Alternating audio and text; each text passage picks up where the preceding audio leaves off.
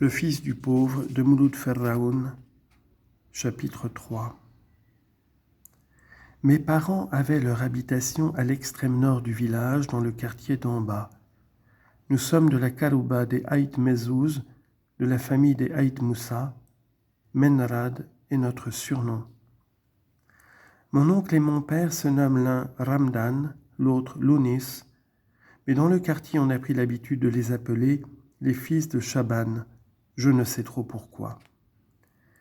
Ils furent orphelins de si bonne heure que mon père ne connut jamais mon grand-père.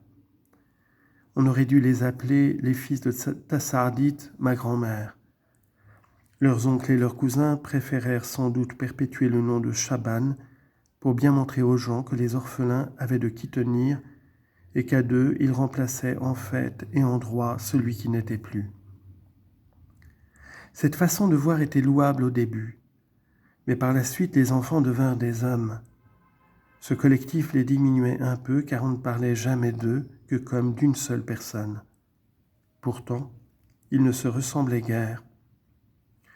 Mon oncle Lounis a les traits fins, le regard moqueur, le teint blanc. Il est méticuleux et propre. Je le revois toujours avec une gandoura blanche et un turban soigneusement enroulé. Je l'imagine rarement une pioche à la main, la taille serrée du large ceinturon à clous dorés. Cela lui arrive quelquefois. Alors il manie l'outil maladroitement, y met de la mauvaise volonté, bâcle son travail. Certes, il est mieux à la Djemara. Les gens savent qu'il est franc et nerveux. Sa parole est vive. Sa rancune est un feu de paille.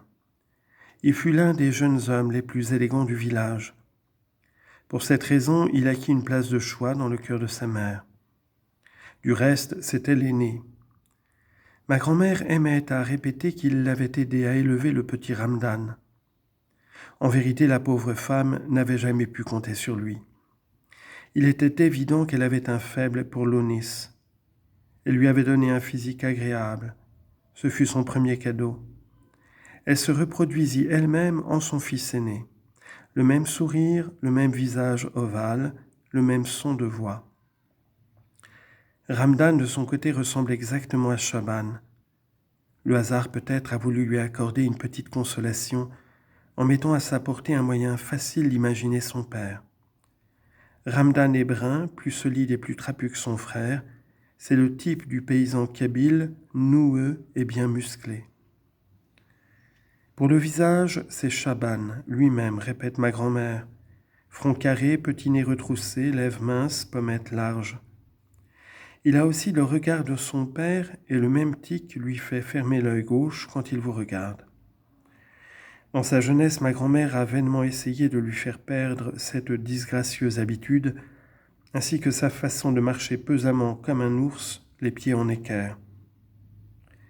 Cette allure lui donne l'air à chaque pas d'affronter un adversaire ou de charger un fardeau. Ma grand-mère l'a toujours considéré comme une espèce de lourdeau peu exigeant. Il n'est pas bavard comme son frère, mais timide jusqu'à l'impolitesse, renfermé et apparemment aussi lourd d'esprit que de manières. Il semblait tout destiné aux travaux du fellah.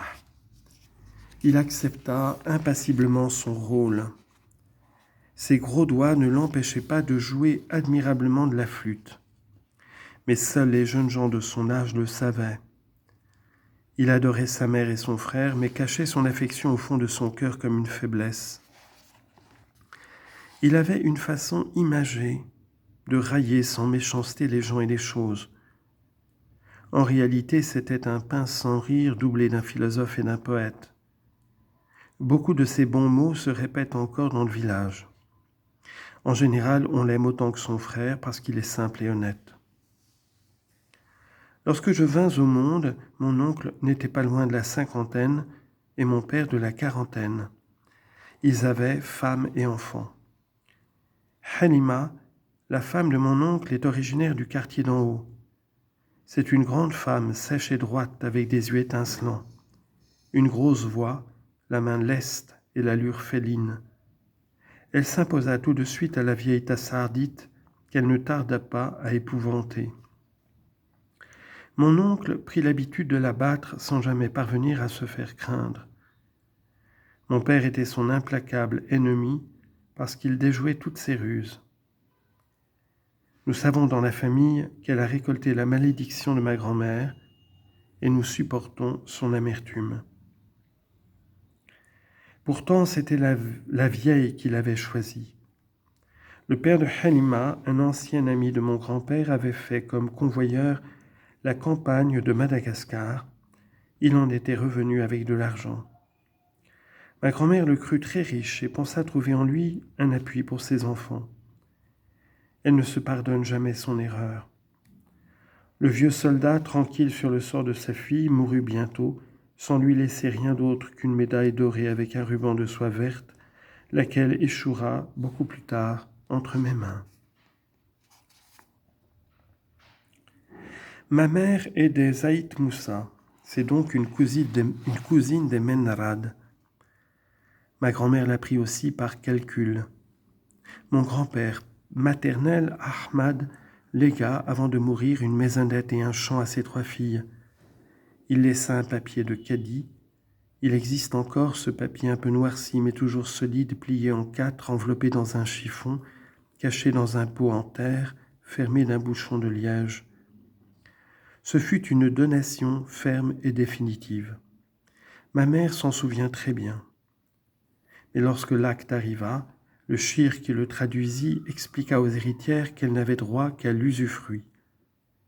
Le cadi sans doute n'avait pas bien compris les vœux du mourant. Il enregistra ceux des frères. Cela n'eut pas beaucoup d'importance car ma mère et mes tantes ne furent pas inquiétées par leurs oncles qui se partagèrent les autres champs. À la mort des 3 sœurs, ils prendront sans histoire le reste de l'héritage.